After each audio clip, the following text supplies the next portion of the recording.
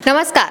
अखिलेश यादव को खुले तौर पर धमकी देने वाला जो बयान सामने आया था, उस शख्स पर अब एफआईआर कराए जाने की बात सामने आ रही है। कहा जा रहा है कि कोर्ट की तरफ से आदेश दे दिया गया है कि उस पर एफआईआर हो सकती है। पूरा मामला क्या है, हमारे साथ न्यूज रूम में महिमा मौजूद है, हम उनसे जानेंगे। महिमा, आखिर ये जो पूरा मामला है वो क्या है, उसकी डिटेल्स क्या है? देखिए, अखिलेश यादव को जान से मारने की धमकी दी थी। एक वीडियो सामने आया था, हमने देखा था, जिसमें एक लड़का था, वो जान से मारने की, गोली मारने की धमकी जो है वो सपा प्रमुख अखिलेश यादव को दे रहा था। जी। जब ये वीडियो सामने आया, उसके बाद एफआईआर दर्ज कराई गई थी, लेकिन पुलिस की तरफ से कोई कार्रवाई नहीं हुई। इस वजह से अब जो है गौतम बुद्ध नगर जो जिला है, वहाँ की कोर्ट ने यह आदेश साफ तौर पर पुलिस को दे दिया है कि वो इस मामले पर एफआईआर करे।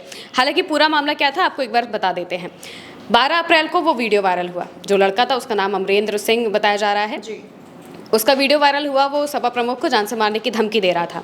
इसके बाद, इसके कुछ ही दिनों बाद, समाजवादी पार्टी की तरफ से, उनके जो भी नेता रहे होंगे, उनकी तरफ से तहरीर दी गई सूरजपुर कोतवाली में तहरीर दी गई। एफआईआर दर्ज कराने को कहा गया, लेकिन एफआईआर दर्ज नहीं हुई।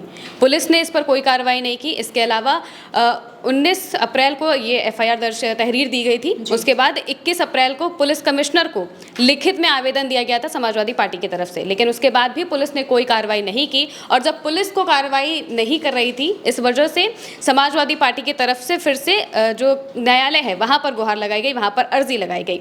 इसके बाद अब न्यायालय की तरफ से ये बात साफ तौर से, जो सूरजपुर कोतवाली है, उनको आदेश दिया गया है कि वो इस मामले में एफआईआर दर्ज कराएं और पूरी की पूरी कार्रवाई भी करें। तो ये सोचने वाली बात है वंदिका, जिस तरीके से देखा जाए, अगर हम किसी भी तरह से प्रताड़ित होते हैं या हमारे साथ कुछ गलत होता है, तो हम जाकर आमतौर पर एफआईआर दर्ज करा सकते हैं। वहीं अगर देखा जाए तो वो उत्तर प्रदेश के पूर्व मुख्यमंत्री रहे अखिलेश यादव, साथ ही वो मौजूदा सांसद भी हैं। इसके बावजूद जब उनको जान से मारने की धमकी दी गई, साफ तौर से वो वीडियो सामने आया जिसमें साफ तौर से दिख रहा है कि वो लड़का किस तरीके से धमकी दे रहा है। इसके बावजूद एफआईआर दर्ज नहीं की गई, पुलिस की तरफ से कोई कार्रवाई नहीं हुई। इस वजह से कोर्ट तक जाना पड़ा। कोर्ट से ये आदेश लेकर आने पड़े कि आप एफआईआर दर्ज करें। हालांकि उस लड़के ने धमकी क्यों दी थी, उसका भी एक बार हम आपको बैकग्राउंड बता देते हैं। दरअसल जब समाजवादी पार्टी के राज्यसभा सांसद रामजीलाल सुमन ने कुछ बयान दिए थे राणा सांगा को लेकर, उसके बाद जब कंट्रोवर्सी होने लगी, करणी सेना की तरफ से बार बार विरोध प्रदर्शन होने लगे, हमले होने लगे, तब देखा गया था कि जिस तरीके से हमले हो रहे थे, उसके बाद अखिलेश यादव खुलकर रामजीलाल सुमन के पक्ष में आ गए। देखिए, रामजीलाल सुमन दलित सांसद हैं, पहली बात तो।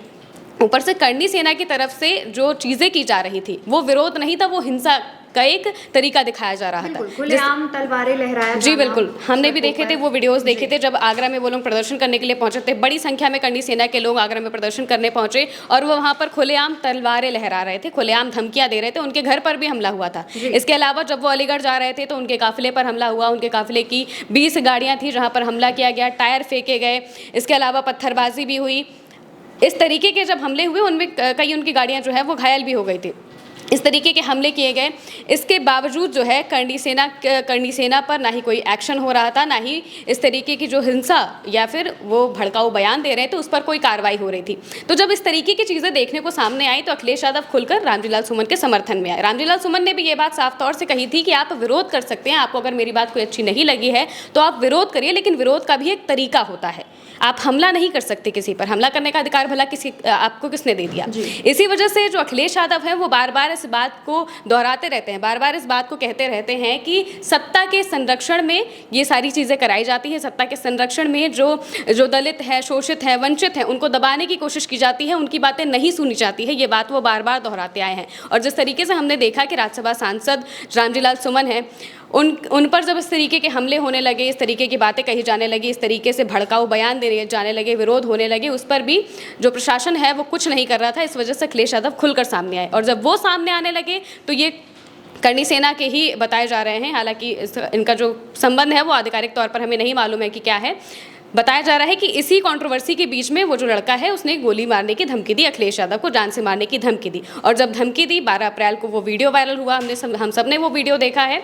और जब वो वीडियो वायरल हुआ उसके बाद फिर 19 अप्रैल को समाजवादी पार्टी की तरफ से पुलिस थाने में तहरीर दी गई इस बात के खिलाफ, लेकिन फिर भी पुलिस की तरफ से कोई कार्रवाई नहीं की गई। यहाँ तक कि हमने जैसा कि बताया, पुलिस कमिश्नर को लिखित में तहरीर भी दी गई थी, लिखित में आवेदन दिया गया था, लेकिन उसके बाद भी कोई कार्रवाई नहीं की गई। और जब कार्रवाई नहीं हुई, इस वजह से जो समाजवादी पार्टी है उसको कोर्ट तक जाना पड़ा, उनके जो नेता हैं वो कोर्ट तक गए और कोर्ट से ये आदेश मिला है अब कि एफआईआर होगी। अब एफआईआर होगी तो जाहिर तौर पर उन्हें जांच भी करनी पड़ेगी, साथ ही जो आरोपी है उसे गिरफ्तार भी करना पड़ेगा। जी बिल्कुल। और जिस तरीके से देखिए ये जो बयान सामने आया था उस युवक की उम्र बहुत ज़्यादा नहीं थी, मेरे हिसाब से तो वो 25 साल से भी कम उम्र का था, और उसके मुंह से इस तरीके का बयान दिया जाना उत्तर प्रदेश के एक मुख्यमंत्री, पूर्व मुख्यमंत्री और मौजूदा सांसद के ऊपर, और उस पर कोई कार्रवाई ना होना, कहीं ना कहीं ये सरकार और प्रशासन दोनों पर ही एक बड़ा सवाल खड़ा करता है। क्योंकि किस तरीके की सोच होगी, आप ये सोचिए कि एक जो जिन पर ये बयान दिया जा रहा है वो खुद एक बड़े पद पर बैठे हुए इंसान हैं, पूर्व मुख्यमंत्री रह चुके हैं, और उनके ऊपर इस तरीके का कटाक्ष खुलेआम, और वो भी एक चैनल को इंटरव्यू या फिर बातचीत के दौरान दिए जाना, ये बेहद शर्मनाक और निंदनीय था। लेकिन इसी बीच खबर ये भी सामने आई हाल फिलहाल की, अगर हम बात करें तो अदिति यादव जो कि अखिलेश यादव की बेटी हैं, उन्हें बदनाम करने की कोशिश की जा रही है। उनके फेक अकाउंट बना करके ना जाने क्या क्या पोस्ट किया जा रहा है। महिमा उस स्टोरी को लगातार करीब से कवर भी कर रही हैं। महिमा, अभी इस मामले में क्या अपडेट आया है? देखिए, इस मामले में अभी तो कोई अपडेट नहीं आया है। अखिलेश यादव ने, हमने हाल ही में पोस्ट देखा, उन्होंने कल ही शायद पोस्ट किया था और उन्होंने पोस्ट करके साफ तौर से कहा था, उन्होंने वो पोस्ट तब किया जब 24 घंटे हो गए थे उन्हें उस पोस्ट को देखे या फिर जिस तरीके से अदिति यादव का फेक अकाउंट बनाया गया था उसकी तरफ से जो पोस्ट किया गया था, उस पोस्ट के जब वो पोस्ट वायरल हुआ या फिर सामने आया तो उसके 24 घंटे बाद उन्होंने ट्विटर पर पोस्ट किया और उन्होंने साफ तौर से लिखा कि इसे मेरी एफआईआर ही समझा जाए। और उन्होंने साथ ही चेतावनी दी और ये बात भी कही कि बीजेपी का अगर आईटी सेल चाहे या फिर जिस तरीके से साइबर सेल काम करता है, साइबर सेल अगर चाहे तो 24 घंटे तो क्या 24 मिनट में ऐसे अपराधियों को पकड़ा जा सकता है जो कि इस तरीके की घटनाएं करते हैं। जाहिर तौर पर ये अदिति यादव के साथ ही जो समाजवादी पार्टी है उसे भी बदनाम करने की कोशिश होती है, जिस तरीके से ये दिखाने की कोशिश की जाती है कि समाजवादी पार्टी जो है वो किस तरीके की विचारधारा रखती है या फिर विरोधी विचारधारा रखती है। जबकि अखिलेश यादव ने अपने ट्वीट में ये बात साफ कर दी थी कि इस तरह की तस्वीरों से या फिर इस तरीके की विचारधारा से हमारा कोई लेना देना नहीं है, ये सब साजिश के तहत किया जा रहा है, उन्होंने ये बात कही थी। अब पुलिस की तरफ से या फिर प्रशासन की तरफ से ऐसा कोई अपडेट तो सामने नहीं आया है कि उनकी तरफ से कोई कार्रवाई की गई हो। देखते हैं आगे क्या होता है। बिल्कुल, यानी कि देखिए राज्य के पूर्व मुख्यमंत्री और मौजूदा सांसद लगातार सरकार से, प्रशासन से कह रहे हैं कि ये फेक अकाउंट है, इस पर कार्रवाई हो। अभी तक कोई कार्रवाई नहीं हुई है। दूसरी तरफ जिस युवक ने खुलेआम अखिलेश यादव को धमकी दी थी उस पर भी कहीं ना कहीं अब एक्शन लेने की जो तैयारी है वो शुरू की जा रही है। सोचिए प्रशासन अखिलेश यादव से जुड़े मामलों पर कितनी देर से एक्शन लेता है। जब तक कोर्ट के पास इस चीज को लेकर के ना जाया जाए या फिर समाजवादी पार्टी के जो नेता हैं वो बड़े लेवल पर प्रदर्शन ना करें, तब तक सरकार और प्रशासन दोनों के ही कानों में जूं नहीं रेंगता है।